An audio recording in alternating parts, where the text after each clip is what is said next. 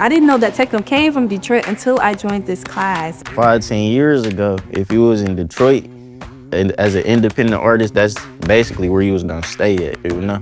But I feel like with the change of how internet is and TikTok, everybody can blow up overnight. I had a world built in my head, and it's like, I know I need a video surrounding this to like kind of like create and expound on this world that I've already like envisioned in my head. That's different every time.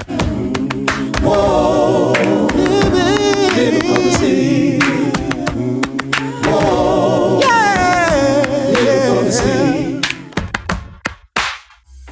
Because Detroit has such a rich and storied musical history and legacy, it is easy to get caught up in thinking about it as a musically stagnant city. If you're not there, you might fall victim to thinking about Detroit only by what it has already created and not what it is still making in real time.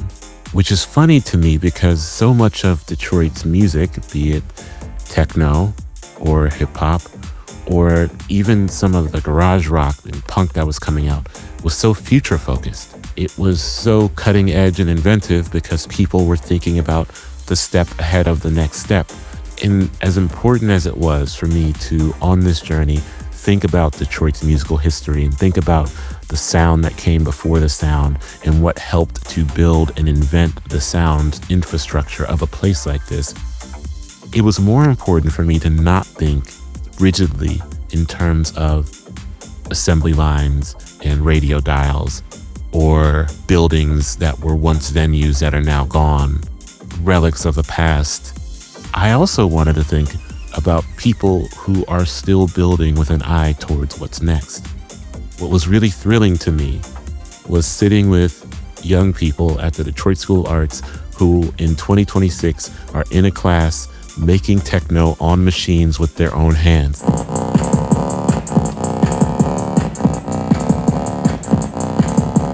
Some of whom were not into techno before this class, did not know a ton about it, and then told me, I think I want to be a techno artist now. I think I've discovered the thing that works for me. In this episode, I'm talking with Detroit School of Art students, the rappers StanWill and Nissan, and the techno pioneer and one of its creators, Kevin Saunderson. At the Detroit School of Arts, tradition is not being upheld, it's being transmitted and passed down to the next generation, which helps preserve it for future days and future years to come. The teacher, Maritza, is someone who built the program by accident through a hallway conversation rather than by, say, institutional design. She is an orchestra musician herself and also a real techno head and historian of Detroit music, and wanted to pass her knowledge and material skills down to the next generation. When we spent time in the classroom, the students were immersed in making beats for what was to become a beat battle, which takes place every year on Detroit's Movement Weekend. So it was a really exciting time to be in the classroom and spend time with these young people who were building something that they were feeling good about that they could take into this historical annual event. Hi, everyone. You are so quiet. I thought the room was empty. I need everyone to get their tracks ready. You guys are ready. You've been ready. Since like before break, you were ready. I've been at Detroit School of Arts for 10 years, and 3 years ago, I ran into two Detroit legends, Cornelius Harris and Waajeed, and they were going on a tour of the building. I was just like totally stoked to meet these idols. We had a really amazing conversation about music in Detroit and techno and education, and they decided to connect me with someone at Roland, and that's how the program was born. What I'd like you to do, your tracks are inspired by something maybe from the playlist, or you've listened to a specific artist and you think that you're kind of like channeling their vibe through what you've created. I want you to just talk about that a little bit. Is this your first year in this class? Yes, it is. Before you came to this class, how much did you know about Detroit techno? I honestly didn't even know there was a genre called Detroit techno, but I am glad that I learned about it. Mr. Moody, come on up. The inspiration from the track, it was a song by Underground Resistance called Resistance 700, I think. And I basically wanted to like remake that song.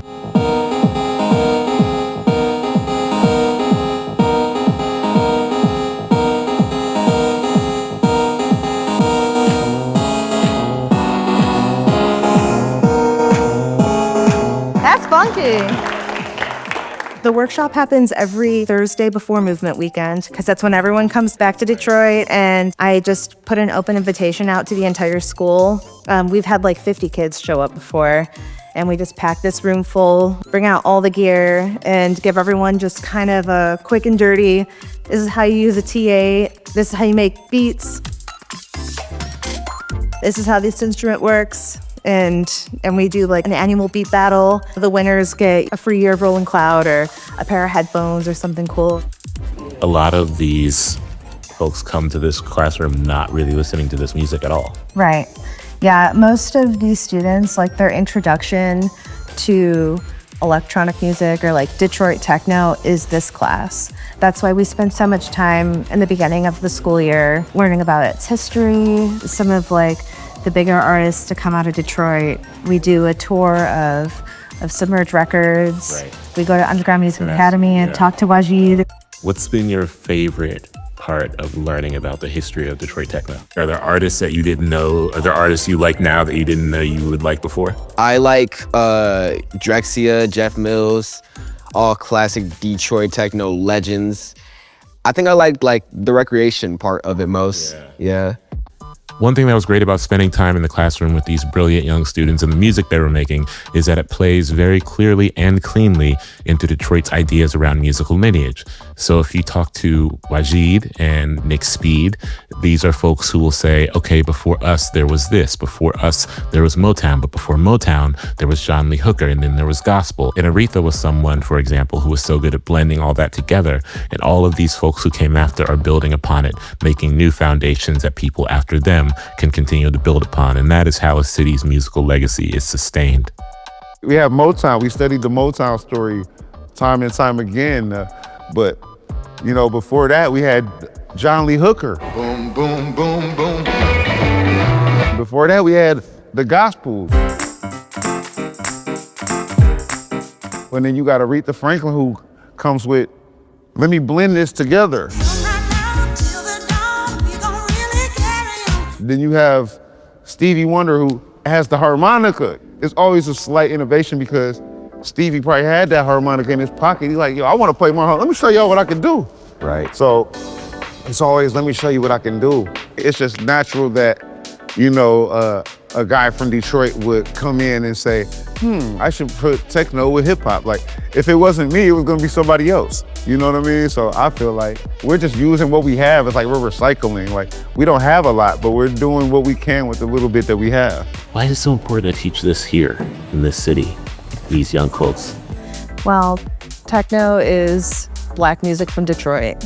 It is of this place, it's born here, and it needs to live on here. Their musical elders are here. They're in Detroit. They're walking them through the Techno Museum and taking them to the record store and showing them like these really amazing new spaces. Across genre here in this city, the thing that I keep finding is people so eager to say, we gotta get history right, we gotta get the history right, we gotta get the history right. Because, you know, it's very easy for someone else to say, oh, that history is mine, actually. Yeah. That history is ours, and it's not.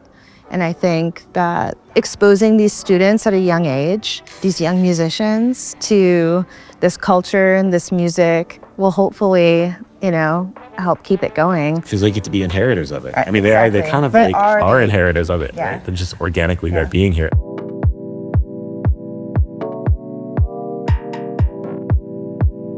Detroit is a place that relies not just on musical skill, but also on a set of values and a set of principles that go into the making of music, which is how you get a lineage. A lineage is something that's passed down because people trust the people coming after them. What's really great is you get people who then are so deeply connected to where music came from. Nassan and StanWill are both young rappers who either grew up in Detroit or have ties to Detroit and have those values instilled in them.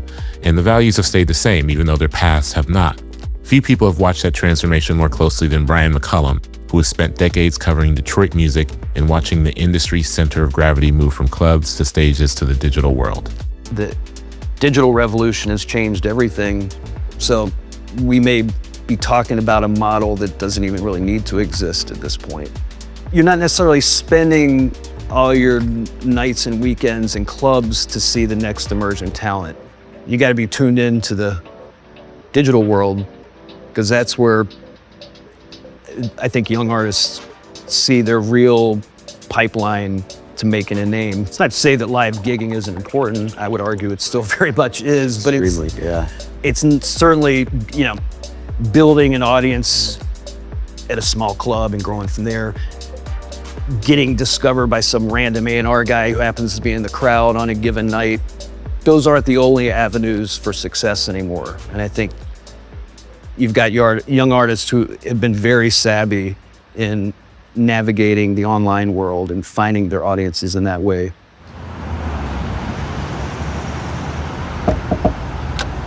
My guy, what's going on, bro? Hanif. Stan. Good to meet you. Welcome to the hip hop. Yeah. How long you been recording out here? It really just got this. Actually, long ago. We went from like an old phone store, we turned to the studio into this. It's really just the process. Sit here, stand, record for the day, go home, and repeat the next day, you know? Yeah. How much are you recording? I mean, I guess it's just my own curiosity, but like, how much are you recording like in a week? In a week? Yeah. Probably like minimum 2 songs a day. Sometimes it'd be 5, 6. You feel me? Just get here and work until you feel like not working no more, until I got something else to do. Yeah. There's like a thing that I'm interested in talking through this series is the current state of Detroit music. And you've been at it for a while. You've been kind of grinding at it for a while. What does being an independent artist mean now that it didn't mean like even 5, 10 years ago? I feel like 5, 10 years ago, if you was in Detroit and as an independent artist, that's basically where you was gonna stay at, you know? But I feel like with the change of how internet is and TikTok, everybody can blow up overnight, you know? I feel like 10 years ago, a lot of people was just local. Like nobody in the whole country knew people from Detroit. With me, and when it comes to interacting with people who listen to me, like I'm me, you feel me? I sit here and talk to a fan just like I'm talking to you, you feel me? I feel like they all my friends. I be listening to viewers' music, I just be chopping it up with them, you feel me? Cause like, I don't know, I feel like the people who listen to me, the people who support me, them like my friends too, you feel me? I just get on stream and chop it up with them. I actually like what you said about how you, on the stream, you just listen to the music that your fans send you. That feels like not a always common thing. How do you maintain and care for that relationship with your fans? And have you ever heard something that they sent you that you're like, this is dope? Oh yeah, for sure. They send a lot of fire. Like definitely send a lot of fire. But I don't know, I keep it real with them, you feel me? Just like anybody should, you know? We had conversations about normal shit. I just, you know, me being their favorite rapper, like what they do today, how their day went, you feel me? School a lot, work a lot, you feel me? Just normal shit. They send beats, music, they send all type, they be trolling me and you feel me? They be saying I look like Snoop Dogg, you feel me? All type of shit. Like I got like some of the funniest fans for sure. Have you ever rapped over any of the beats they sent you? Hell yeah. At the end of the day, I'm a normal guy, bro. I just make music that people like, you know? And I be wanting them to know that, just being vulnerable with them and stuff. And I feel like the internet helped with that a lot. We've been talking a bit with some other folks about Detroit's kind of DIY grind culture in a way. Yeah. And it's cool that, I mean, I know you said it takes a village and I know it does, but it's cool that you kind of like self-taught yourself to build the worlds you want to see. Yeah, for sure. That's pretty dope.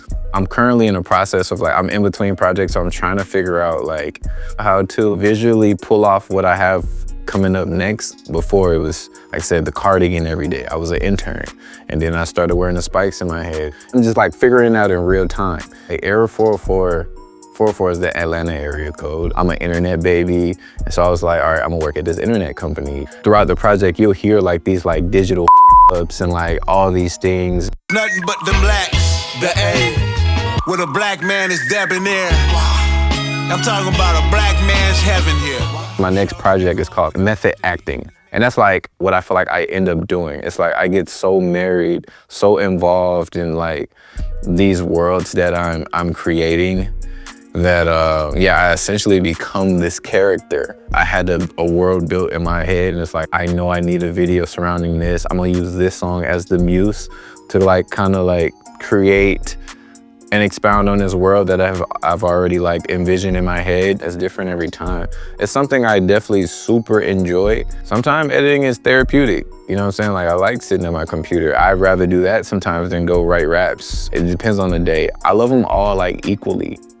And the next rapper might love just being in the studio. You know what I'm saying? I'm not a studio rat. It's like, I wanna go direct some I want to go like edit some you know what I'm saying? I really get the same high and kick from that just as much as making a song. I love rap. I probably would never stop rapping, but I think I love other things just as much. I remember sitting in the studio with Marshall one day and he was just telling me like, oh, man, I'm gonna be doing this when I'm like 70 and like on the oxygen tank, like, and I was like, yo, he's different. Like he cares about this in a different way.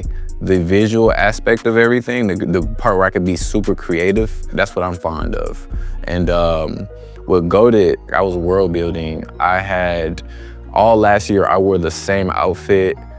You know what I'm saying? It was just, I was like this guy that worked at this tech company, so I wore a cardigan. I was an intern. I wore stars on my face as like employee of the month. And in the video, we're all kind of like fighting to be employees at this company, which is Arrow 404. Me, I'm the one goated. Me, I'm the one goated. Me, I'm the one goated. Where do you see Detroit rap going? Even if you don't see yourself as someone perhaps leading the charge, although I hope you do, I would imagine you do. Come on, man. Yeah. Where do you see it going? Where do you see it? Particularly, and not just like even, yes, rap in terms of like rapping well in front of a microphone, but also all these other things that you were talking about, these innovations and expanding beyond just rapping well, but also like having a vision for full bodies of work that hold up and tell a story and build worlds. I feel like we're limited there, right? Not in the sense of like, it's not available, it's just not, it's not looked at under a microscope right now as much as like the street stuff. I feel like there's a whole nother side and layer of Detroit, like very creative people like myself.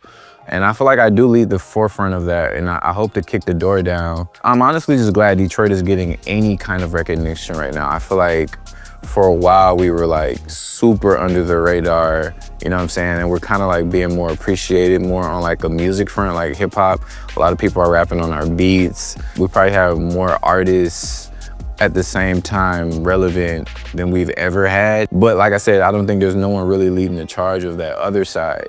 Like the Marshalls, the Seans, the Dages. I really do feel like it just takes one. Marshall did it, that opened the door for D12 and like OB and like Royce. So I just think the door just needs to get kicked down. We got to hear Hassan talk about how Detroit has more relevant artists than it's ever had, with folks like Eminem and Big Sean leading that charge. And he feels that the door is close to being kicked down, which, you know, allows other people, other artists to come in and get cultural relevance, not just on a local scale, but on a global scale. And I loved thinking about that while watching these young students at Detroit School of Arts, some of whom were saying they didn't know a lot about techno when they first started the class and didn't know a lot about techno's history, but really loved making the music. And so there's a way that as these doors get kicked down, what really propels people forward is a kind of enthusiasm to uphold a legacy. Like when you're working in a group, you have to get to know the other musicians that you're working with and their style so that you can like collaborate and respond and improvise together. I brought a little bit of Jeff Mills, what's that song called? Pressure EP into here. My inspiration is from Waajeed. I really inspired his electronic music. I like the bit of funk he puts into his music. I also get my inspiration from Waajeed. I really like his drums. They're really inspiring.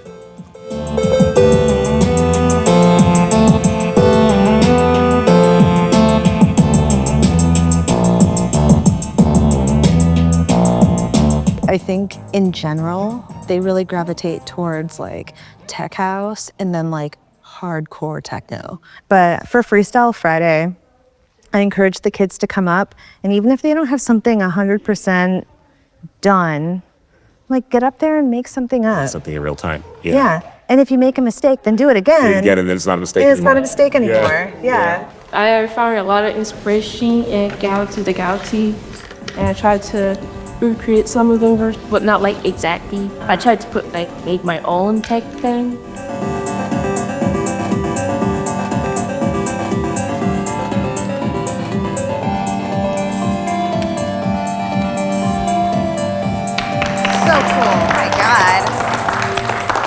I love that. That was sick.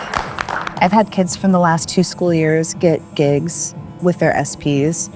Yeah, they'll produce tracks, they'll put them on their like Bandcamp or SoundCloud, and they've gotten hired and paid for gigs like within the district and outside of the district. Everyone who's involved in this is like also super about education and music education and like sharing this with the younger generation so that it lives on and it transforms and it like, you know, it's about like the evolution of this future music. Kevin Saunderson is one of the 3 original architects of Detroit Techno. And it is great to end this episode talking to him and talking about that history because it kind of loops around. We spoke with him in earlier episodes. He's one of the Belleville 3 alongside Juan Atkins and Derek May, and he built the sound infrastructure that every generation in this series has been building on top of. So sitting with him at the end of this and talking about the future felt like asking one of the original architects whether or not the building they helped build was going to stand. Techno feels to me both timeless but also distinctly futuristic. We went to Detroit School of Arts and we watched, young folks messing around and making techno, and it was fascinating to see these young people in 2026 pulling elements from songs from 40 years ago. Right. And those elements still sounded fresh. Like when those elements are lifted independent of the song. I mean, do you think that there is an exciting future for, the music that you helped be an architect of?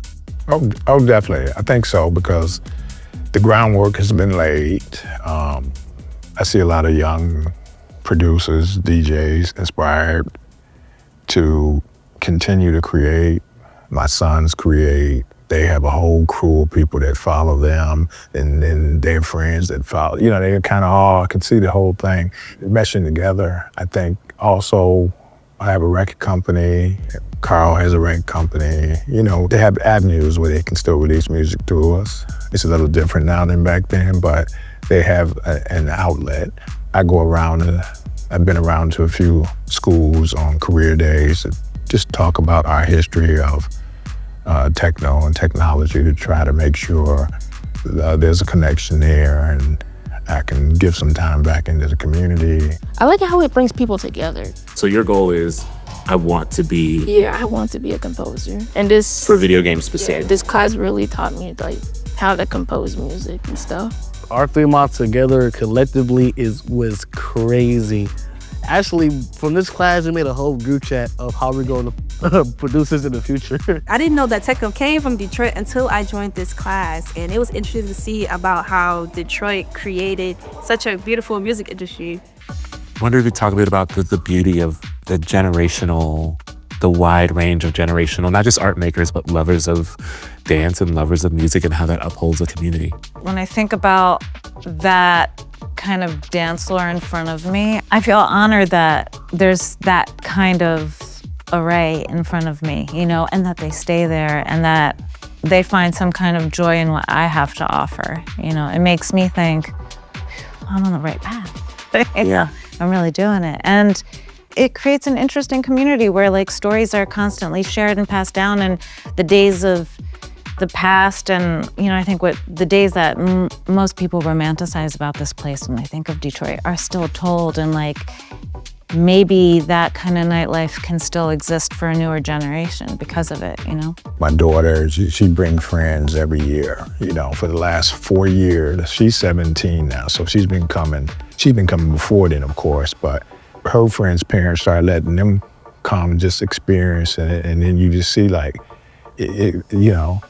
it's music that's loved by everyone, and they're kind of blown away because they never experienced nothing like that, especially at that age. So then people are going to be inspired too, and there's going to be an evolution of it. Being a musician is, it teaches you a lot about life. And so I hope to see my students out in the world doing cool things with music, whether it's their career or not. And I hope that this program is able to sustain itself for the foreseeable future. I don't really know what it means to shape the future of sound in a place that has so much sound already. But what I love about Detroit and what I am leaving Detroit with is complete faith in the process of building the future. The outcome will be the outcome. But what I was so moved by is the process of care, attention, of not giving up on young people specifically who are interested and eager to make things. Not turning towards the next generation and saying, there's nothing new that you can offer us. And instead saying, what do you have that you can teach me? What do you have that you can show me about what's next? I'm willing to be an audience to you. I'm willing to be in awe of whatever you make. And it might teach me something too. Whoa, living for the city. Whoa, yeah, living for the city.